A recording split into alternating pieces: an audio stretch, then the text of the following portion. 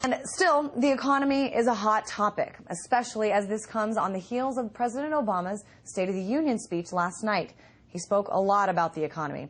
Joining me now to talk money is radio host Cenk Uygur from the Young Turks. Hey there, Cenk. How you doing? Great. How are you? Doing just fine. Well, we watched Obama's speech last night, and we've been hearing a lot of yays and a lot of nays. What was your reaction? I mean, do you think it left viewers wanting more information, or do you think he kind of answered all those questions? No, I don't think he answered all the questions.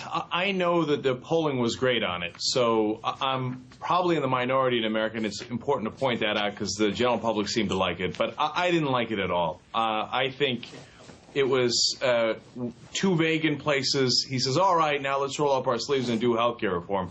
That doesn't really mean anything, and it's not going to have any effect on the politicians. We need to know what you mean by getting it done and what exactly are you pushing for. And then I thought he reached out to the Republicans way too much. He's going to continue to get 0 votes from them. It's a waste of time, but much more importantly, it's counterproductive because they're the ones that water down all of reform and all of change. And if Obama spends the next 3 years doing this, he's going to waste his whole administration trying to reach out to these guys. But, Cenk, remember, I mean, he campaigned on creating bipartisanship, on passing bills that were bipartisan. I mean, don't you think that at least this is showing the American public that, hey, I am trying, yet they are the party of no? I mean, I don't know if you noticed, but they sat down for the first half of his speech. I mean, they are going to say no, no matter what. Even when he said tax cuts, he had to remind them, you guys like tax cuts. Now you need to applaud this. I mean, don't you think it's important for him to show the American people that he is at least attempting?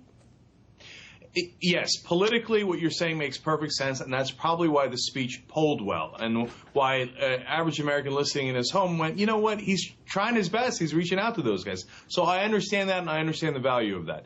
Having said that, practically speaking, when you're trying to do a bill, if you say, look, I'm going to reform the banks and I'm going to put in regulation in place, and the Republicans say, well, I'll only work with you if you make that regulation really, really weak so the banks can abuse it anytime they like. Well, then if you reach out to the Republicans and you try to be bipartisan, you're doing more damage than good. So the practical effects of his so-called bipartisanship is to give us less and less change. That's the real problem. Cenk, let's talk about those banks that you were just referring to. Just moments ago, about an hour ago, the Senate confirmed Ben Bernanke for a second term as Federal Reserve Chairman.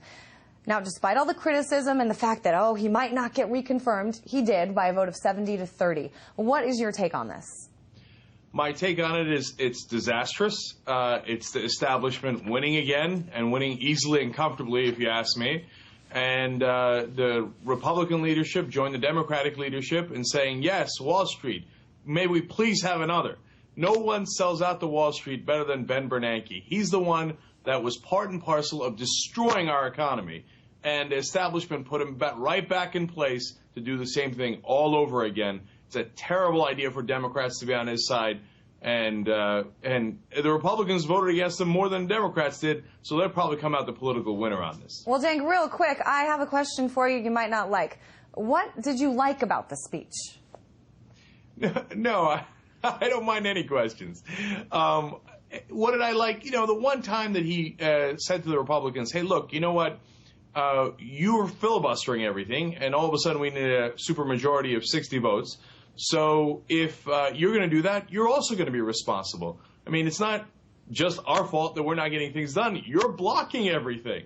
So that was a tiny bit of going on the offense. We needed a hell of a lot more than that, but at least it was refreshing to see him do that just a bit. All right, Cenk Uygur, radio host with the Young Turks. Thanks so much.